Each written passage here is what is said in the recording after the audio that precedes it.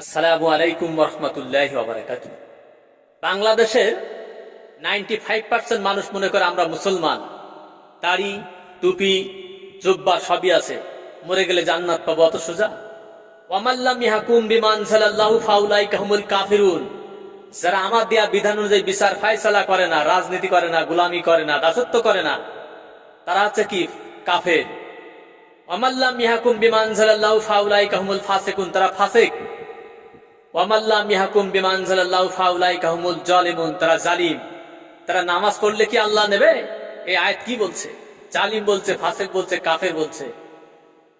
মুমিন এবং মুসলমান সবকিছু করবে মহান রব্বুল ইজ্জতের দেখানো নিয়ম, দেখানো আদর্শের উপরে, রাসূলের আদর্শের উপরে এবং কোরআন অনুযায়ী করতে হবে। কোরআনের বাইরে আপনি যাবেন, আপনি কখনো মুমিন হতে পারবেন না, আপনার জন্য জান্নাত না। আর আপনি মুসলমান, ইমানদার মুসলমান না, এটা মনে রাখবেন।